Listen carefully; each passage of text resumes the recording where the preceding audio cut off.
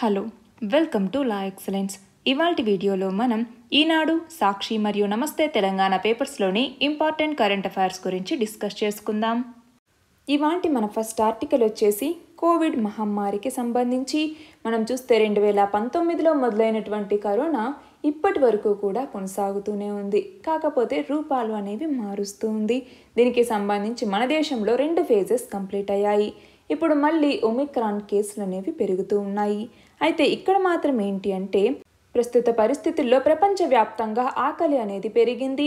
అసంఘటిత కార్మికులు, వలస కూలీలు ఉపాధిని కోల్పోయారు. ఆదాయాలు అనేవి తగ్గిపోయాయి. ఆహార ధరలు అనేటటువంటివి పెరిగాయి. మనం చూస్తే ఎరువుల ధరలు కూడా పెరిగిపోయాయి. కరెన్సీ విలువలు అనేవి తగ్గిపోయాయి. దానివల్ల అల్పాదాయ మరియు మధ్యాదాయ దేశాల్లో ఆహార ఉత్పత్తి అనేటటువంటిది దెబ్బతింటుంది. అలాగే పేద పిల్లలు మరియు పెద్దల్లో కూడా పోషకాహార లోపం అనేది పెరుగుతోంది. స్త్రీలు, పిల్లలు, యువత వాళ్ళ యొక్క ఇబ్బందుల్ని చూస్తే వాళ్ళ మీద అసలు కోవిడ్ ఎంత ప్రభావం చూపించిందో అన్నట్టుగా మనకు అర్థమవుతుంది. అయితే కరోనా కాలంలో అందరూ ఇంటి దగ్గరే ఉండాల్సి రావటంతో ప్రతి 3 మహిళలు మరియు బాలికల్లో ఒకరు ఇంటా బయట హింసని ఎదుర్కోవాల్సి వచ్చింది. అటు మహిళా భద్రతకి, ఉద్యోగాలు, ఆదాయాలు వీటన్నింటికీ కూడా వైరస్ ఒక సవాలుగా మారింది. కోవిడ్ కాలంలో కొన్ని దేశాల్లో స్త్రీల ఆత్మహత్యలు కూడా పెరిగాయి అన్నట్టుగా గణాంకాలు సూచిస్తూ ఉన్నాయి. అలాగా 2021కి సంబంధించి అసలు ఏమేం జరిగాయి అన్నట్టుగా, అంటే సీక్వెన్స్ మన ఇండియాకి సంబంధించి అయినా అట్లీస్ట్ ఏం జరిగాయి అన్నట్టుగా ఒక సీక్వెన్స్ రాసుకోవాలి. అలాగే ఇక్కడ క్వశ్చన్ చూడండి, సుస్థిరాభివృద్ధి లక్ష్యాలు ఎన్ని? అవి ఏవి? మొత్తం 17 సుస్థిరాభివృద్ధి లక్ష్యాలు ఉన్నాయి. ఈ 17 సుస్థిరాభివృద్ధి లక్ష్యాల్ని మనం చేరుకోవాలి అన్నట్టుగా మనము నిర్దేశించుకొని ముందుకు వెళ్తూ ఉన్నాము. కానీ కరోనానేమో దాన్ని మళ్ళీ వెనక్కి వెళ్ళేలాగా చేస్తోంది. అయితే ఈ సుస్థిరాభివృద్ధి లక్ష్యాలేంటి? ఎస్డిజి అంటాం, సస్టైనబుల్ డెవలప్మెంట్ గోల్స్ అనేసి. ఈ సస్టైనబుల్ డెవలప్మెంట్ గోల్స్ ఏవైతే 17 ఉన్నాయో ఇందులో ఎస్డిజి 14 అంటే ఏంటి, ఎస్డిజి 5 అంటే ఏంటి, ఎస్డిజి 2 ఏంటి, ఇలాగా నెంబర్స్తో సహా గుర్తుపెట్టుకోవాలి. ఇక్కడ చూడండి, ఎస్డిజి 1 అన్నటువంటిది దేని గురించి? No poverty. SDG 2 zero hunger. SDG 3 good health and well being.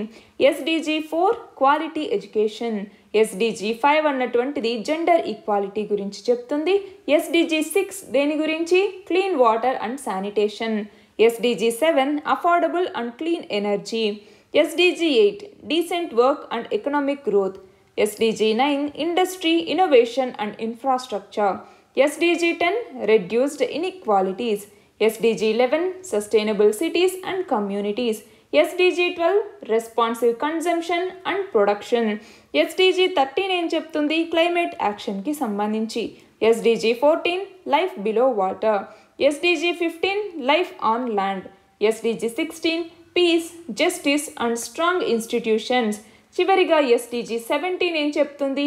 ఈ గోల్స్ కోసం పార్ట్నర్షిప్స్ తీసుకోవాలి అన్నట్టుగా మొత్తం ఈ 17 గోల్స్ని కూడా సాధించాలి అన్నట్టుగా చెప్తుందన్నమాట. ఈ సుస్థిరాభివృద్ధి లక్ష్యాలన్నింటినీ కూడా మనం గుర్తుపెట్టుకోవాలి. మన నెక్స్ట్ ఆర్టికల్ వచ్చేసి కరోనా. 2019 చివరిలో కరోనా వెలుగులోకి వచ్చినప్పటి నుంచి కూడా 2 ఏళ్ళు పూర్తయినా కూడా ఇప్పటికీ ఈ కరోనా ఎక్కడి నుంచి వచ్చింది అన్నటువంటి దాని మీద గుట్టు అనేటటువంటిది వీడలేదు అన్నట్టుగా ఈ ఆర్టికల్. మనం చూస్తే అంతర్జాతీయ నిపుణులతో కూడినటువంటి ప్రపంచ సంసిద్ధత పర్యవేక్షణ మండలి అన్నటువంటిది 2019 సెప్టెంబర్లో ఒక హెచ్చరికని ఇవ్వటం జరిగింది. ఏమని? 1918లో స్పానిష్ ఫ్లూ అనేది వచ్చింది కదా, దానివల్ల దాదాపు 5 కోట్ల మంది చనిపోయారు. అలాంటి పరిస్థితి మళ్ళీ పునరావృతమైతే ప్రపంచవ్యాప్తంగా లక్షల మంది ప్రాణాలు చిక్కుల్లో పడతాయి అన్నట్టుగా హెచ్చరించింది. అలా హెచ్చరించినటువంటి 2 నెలలకే మనకి ఈ సార్స్ సిఓవి అన్నటువంటి రూపంలోనే ప్రమాదం అనేది వచ్చింది. 2019 డిసెంబర్ చివరి వారంలో చైనాలో ఈ కోవిడ్ వైరస్ అన్నటువంటిది వెలుగు చూసింది. అలా అక్కడ కనపడినటువంటి కొంతకాలంలోనే మొత్తం ప్రపంచాన్ని కూడా ఇది చుట్టుముట్టింది. మనం చూస్తే ఇప్పటి వరకు సుమారు 54 లక్షల మంది చనిపోయారు. అయితే ఇది రూపాంతరం చెందుతూ ప్రపంచ దేశాలన్నింటికీ కూడా సవాలుగా విసురుతూ ఉంది. అలాగా కోవిడ్ చైనాలో వెలుగు చూసి ఇవాల్టికి 2 ఏళ్ళు పూర్తవుతూ ఉన్నా కూడా దాని మూలాలు మాత్రం రహస్యంగానే ఉండిపోయాయి అన్నట్లుగా ఈ ఆర్టికల్. ఇక్కడ క్వశ్చన్ చూడండి, 2019 చివరి వారంలో కరోనా కేసులు ప్రపంచంలో తొలిసారిగా ఏ ప్రాంతంలో నమోదయ్యాయి? ఏ ప్రాంతంలో నమోదయ్యాయి? వుహాన్ అన్నటువంటి ప్రాంతం అన్నమాట. ఎక్కడ ఉంది ఈ వుహాన్ అన్నటువంటి ప్రావిన్స్? చైనాలో ఉంది. ఎగ్జాక్ట్గా మనం చెప్పాలి అంటే 2019 డిసెంబర్ 31వ తేదీన ప్రపంచ ఆరోగ్య సంస్థ చైనా దేశంలోని వుహాన్ నగరంలో నిమోనియా కేసులు నమోదయ్యాయి అన్నట్టుగా సమాచారం రావటం జరిగింది.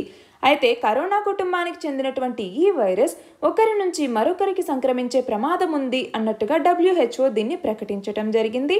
అలాగ చేసి ఇప్పటికి కరెక్ట్గా 2 ఏళ్లు పూర్తయ్యాయి.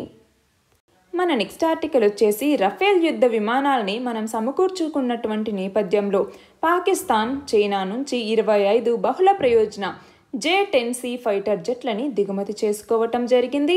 వచ్చే ఏడాది మార్చి 23న జరిగేటటువంటి జాతీయ దినోత్సవంలో వాటిని ప్రదర్శిస్తాము అన్నట్టుగా పాకిస్తాన్ అంతర్గత వ్యవహారాల శాఖ మంత్రి చెప్పటం జరిగింది. మనం చూస్తే చైనా ఉత్పత్తి చేస్తున్నటువంటి అత్యంత విశ్వసనీయమైనటువంటి యుద్ధ విమానాల్లో J-10C కూడా ఒకటి అన్నమాట. ఇక్కడ క్వశ్చన్ చూడండి. ఇటీవల పాకిస్తాన్ ఏ దేశం నుంచి 25 బహుళ ప్రయోజన J-10C ఫైటర్ జెట్లని దిగుమతి చేసుకుంది? ఏ దేశం నుంచి? చైనా నుంచి. మన నెక్స్ట్ ఆర్టికల్ వచ్చేసి 2021 సంవత్సరానికి సంబంధించి వార్షిక నేర గణాంక నివేదికని ఏసీబీ డైరెక్టర్ జనరల్ అయినటువంటి ఆంజనేయులు విడుదల చేయటం జరిగింది. అందులో భాగంగా ఏపీ రాష్ట్రంలో లంచం తీసుకుంటూ ఏసీబీకి పట్టుబడినటువంటి ప్రభుత్వ ఉద్యోగుల్లో సగానికి సగం రెవెన్యూ శాఖలో పనిచేసేటటువంటి వాళ్లే ఉన్నారు. ఏడాది వ్యవధిలో మొత్తం 72 ట్రాప్ కేసులు నమోదైతే వాటిలో 36 కేసుల్లో రెవెన్యూ ఉద్యోగులే ఉంటూ ఉన్నారు. లంచం తీసుకుంటూ పట్టుబడినటువంటి వాళ్లలో రెవెన్యూతో పాటుగా ఇంధన శాఖ, పంచాయతీరాజ్, హోంశాఖ, పురపాలక, పట్టణాభివృద్ధి శాఖ లాంటి శాఖలన్నీ కూడా ఉన్నాయన్నమాట. అయితే అవినీతి మీద ఫిర్యాదుల కోసం 14400 అనేటటువంటి నెంబర్ని, టోల్ ఫ్రీ నెంబర్ని ఏర్పాటు చేయటం జరిగింది. దీని ద్వారా ఈ ఏడాది 2850 ఫిర్యాదులు అందాయి.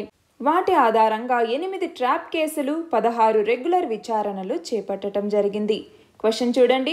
ఏసీబీ విడుదల చేసిన వార్షిక నేర గణాంక నివేదిక 2021 ప్రకారం ఏపీలో అత్యధిక కేసులు ఏ శాఖలో నమోదయ్యాయి?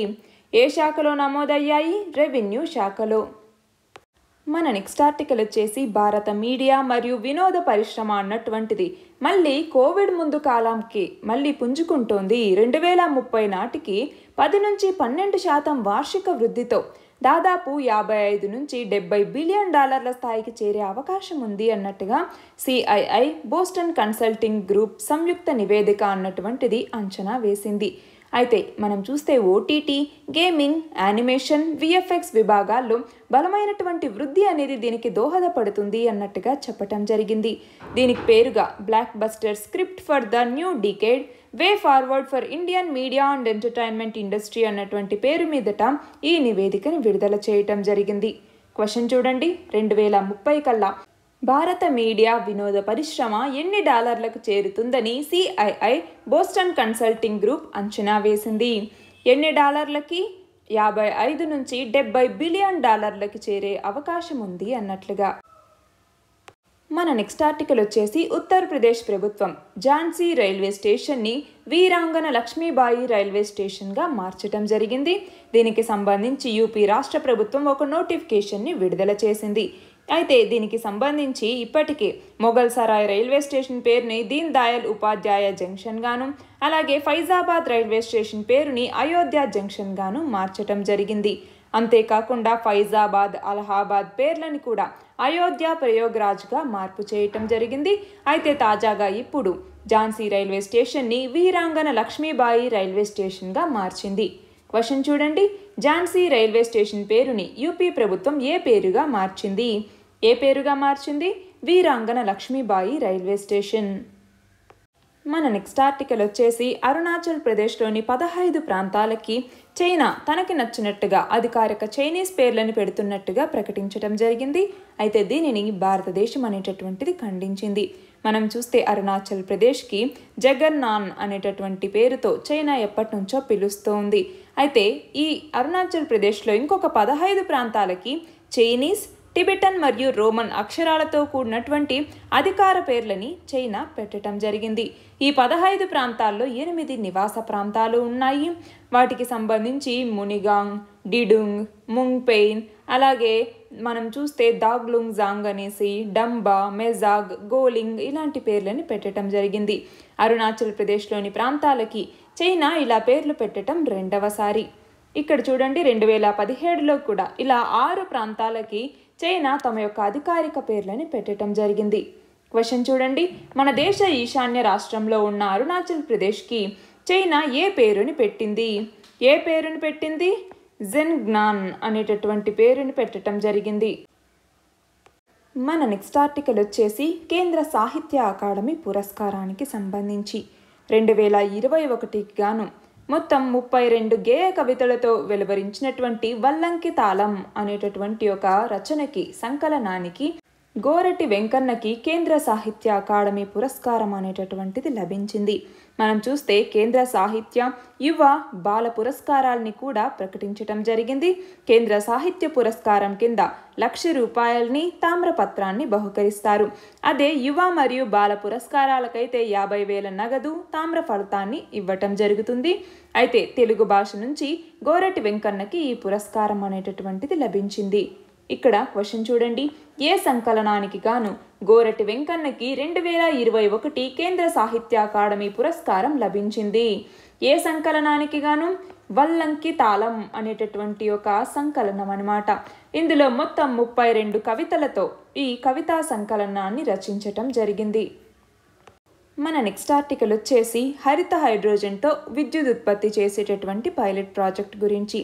మనం చూస్తే మన దేశంలోనే తొలిసారిగా ఏపీలోని విశాఖలో సింహాద్రి ఎన్టీపీసీ అన్నటువంటిది తొలి హరిత హైడ్రోజన్ విద్యుత్ ప్రాజెక్ట్ని నిర్మిస్తోంది. దీనికి సంబంధించి 50 కిలోవాట్ల సామర్థ్యంతో స్టాండ్ అలోన్ ఫ్యూయల్ సెల్ ఆధారిత హరిత హైడ్రోజన్ మైక్రోగ్రిడ్ పైలట్ ప్రాజెక్ట్ నిర్మాణాన్ని ఇందులో చేపడుతున్నారు. అయితే ఈ నిర్మాణాన్ని బెంగళూరుకి చెందినటువంటి బ్లూమ్ ఎనర్జీ ఇండియా సంస్థకి అప్పగించడం జరిగింది. దీనికి మొత్తం 9 కోట్ల రూపాయలని కేటాయించారు. రాబోయే 8 నెలల్లో దీన్ని పూర్తి చేస్తాము అన్నట్టుగా చెప్పటం జరిగింది. క్వశ్చన్ చూడండి, దేశంలోనే తొలి హరిత హైడ్రోజన్ విద్యుత్ ప్రాజెక్ట్ని ఎక్కడ నిర్మిస్తున్నారు? విశాఖపట్నంలో.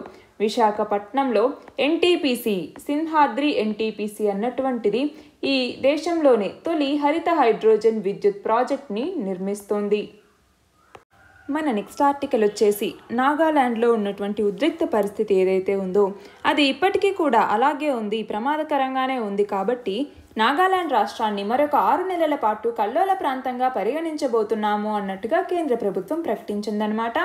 ఏఎఫ్ఎస్పీఏ అంటే సాయుధ దళాల ప్రత్యేక అధికార చట్టం కింద డిసెంబర్ 30 తేదీ నుంచి ఇంకొక 6 నెలల పాటు నాగాలాండ్ కల్లోల ప్రాంతంగా కొనసాగుతుంది అన్నట్టుగా కేంద్ర హోంశాఖ ప్రకటించింది. ఇక్కడ క్వశ్చన్ చూడండి, సాయుధ దళాల ప్రత్యేక అధికార చట్టాన్ని నాగాలాండ్లో ఎప్పటి వరకు పొడిగించారు? జూన్ 30వ తేదీ వరకు పొడిగించటం జరిగింది. మన నెక్స్ట్ ఆర్టికల్ వచ్చేసి సుల్తాన్పూర్ వైద్య పరికరాల పార్కుకి సంబంధించి మెడికల్ డివైజెస్ పార్క్ అంటాము. ఎక్కడ ఉంది ఇది? తెలంగాణలో సంగారెడ్డి జిల్లాలో ఈ మెడికల్ డివైజెస్ పార్క్ అన్నటువంటిది ఉందన్నమాట. అయితే ఇందులో మనం చూస్తే గత 4 ఏళ్ల కిందట ఈ పార్కు ఏర్పాటైతే అప్పటి నుంచి ఇప్పటి వరకు కూడా 10,000 కోట్ల రూపాయల పెట్టుబడులతో 50 పరిశ్రమలు అనేవి ఇక్కడికి వచ్చాయి. మనం చూస్తే ప్రపంచంలో 1800 వైద్య పరికరాల పరిశ్రమలు ఉంటే వాటిలో భారత్లో 120 మాత్రమే ఉన్నాయి. అందులో తెలంగాణలోనే 50 పరిశ్రమలు ఉన్నాయి. అయితే మనం విభాగాల వారీగా చూస్తే పరికరాల్లో 90%, ఇంప్లాంట్లలో 75%, రోగులకు అవసరమైనటువంటి సామాగ్రిలో 80%, కన్జ్యూమరబుల్స్లో 60% కూడా మనము విదేశాల నుంచే దిగుమతి చేసుకుంటూ ఉన్నాము. అయితే మనము ఇప్పటి వరకు దిగుమతుల మీదే ఆధారపడినటువంటి మనము సొంతంగా తయారీ దిశగా అడుగులు వేస్తూ అందులో భాగంగా ఈ తెలంగాణలో సుల్తాన్పూర్లో 4 ఏళ్ల కిందట ఇక్కడ ఒక మెడికల్ డివైజెస్ పార్క్ని ఏర్పాటు చేయటం జరిగింది. దానికి సంబంధించిందే ఈ ఆర్టికల్. దీని ద్వారా 15,000 మందికి ప్రత్యక్షంగా 30,000 మందికి పరోక్షంగా ఉపాధి కలుగుతోంది అన్నట్టుగా చెప్పటం జరిగింది. క్వశ్చన్ చూడండి, సుల్తాన్పూర్ వైద్య పరికరాల పార్కు ఎక్కడ ఉంది? తెలంగాణలోని సంగారెడ్డి జిల్లాలో. ఇవాల్టి మన లాస్ట్ ఆర్టికల్ వచ్చేసి ఆంధ్రప్రదేశ్ ప్రభుత్వం తీసుకొచ్చినటువంటి నవరత్నాలు పేదలందరికీ ఇల్లు అనేటటువంటి పథకం. దీని కింద లబ్ధిదారులందరికీ కూడా వాళ్ళ యొక్క ఇళ్ల నిర్మాణానికి సంబంధించి ప్రభుత్వ ఆదేశాల మేరకి పావలా వడ్డీకే బ్యాంకులు రుణాలు ఇస్తూ ఉన్నాయి. అయితే ఒక్కొక్క లబ్ధిదారునికి 35,000 రూపాయలని పావలా వడ్డీకే బ్యాంకులు రుణాలు ఇవ్వటానికి గృహ నిర్మాణ శాఖ పరిపాలనా అనుమతిని మంజూరు చేయటం జరిగింది. ఇప్పటికే 2.12 లక్షల మందికి 735 కోట్ల మేర పావలా వడ్డీ రుణాలని ఇవ్వటం జరిగింది. అయితే ఈ పథకం కింద తొలి దశలో 15.60 లక్షల ఇళ్ల నిర్మాణాన్ని చేపట్టారు. అయితే ఇందులో ఒక్కొక్క ఇంటికి కూడా ప్రభుత్వం 1,80,000 రూపాయలని ఖర్చు చేస్తోంది. ఇక్కడ క్వశ్చన్ చూడండి, నవరత్నాలు పేదలందరికీ ఇల్లు పథకం కింద ఒక్కొక్క లబ్ధిదారునికి ఎన్ని వేల రుణాన్ని పావలా వడ్డీకే అందించనున్నారు? ఎన్ని వేలు? 35,000 రుణాన్ని పావలా వడ్డీకే బ్యాంకులు అందిస్తాయి. నిన్నటి క్వశ్చన్ వచ్చేసరికి జీరో గ్రావిటీ లేదా శూన్య భారం అనగానేమి? దీన్ని జీరో జీ అని కూడా పిలుస్తూ ఉంటామన్నమాట. ఏంటి ఈ జీరో గ్రావిటీ లేదా శూన్య భారం అంటే? ఒక వస్తువు లేదా ఒక వ్యక్తి తన యొక్క భారాన్ని పాక్షికంగా లేదా పూర్తిగా కోల్పోయినట్టు అనుభూతి చెందితే దానిని భారలేమి లేదా శూన్య భారం అన్నట్టుగా చెప్తాము. అంటే ఈ జీరో గ్రావిటీ స్థితిలో వస్తువు లేదా వ్యక్తి మీద గురుత్వాకర్షణ బలం ప్రభావం అనేది లేకపోవటం వల్ల ఆ అనుభూతి అనేటటువంటిది కలుగుతుంది. దాన్ని జీరో గ్రావిటీ లేదా సున్నా గురుత్వాకర్షణ అన్నట్టుగా కూడా పిలుస్తూ ఉంటారనమాట. ఫర్ ఎగ్జాంపుల్, అంతరిక్షంలో తేలియాడేటటువంటి వ్యోమగాములు, అంతరిక్షంలో పనిచేసే వ్యోమగాములు గురుత్వాకర్షణ బలంలో తేడాల వల్ల లేదా గురుత్వాకర్షణ బలాన్ని తటస్థం చేయటానికి భారరహిత స్థితిని పొందుతారు. ఇవాల్టి క్వశ్చన్ వచ్చేసి ట్రావెల్స్ ఇన్ మొఘల్ ఎంపైర్ పుస్తక రచయిత ఎవరు? దీని ఆన్సర్ కమెంట్ సెక్షన్లో ఇవ్వండి. కరెక్ట్ ఆన్సర్ రేపటి వీడియోలో చూద్దాం. All the very best and thank you very much.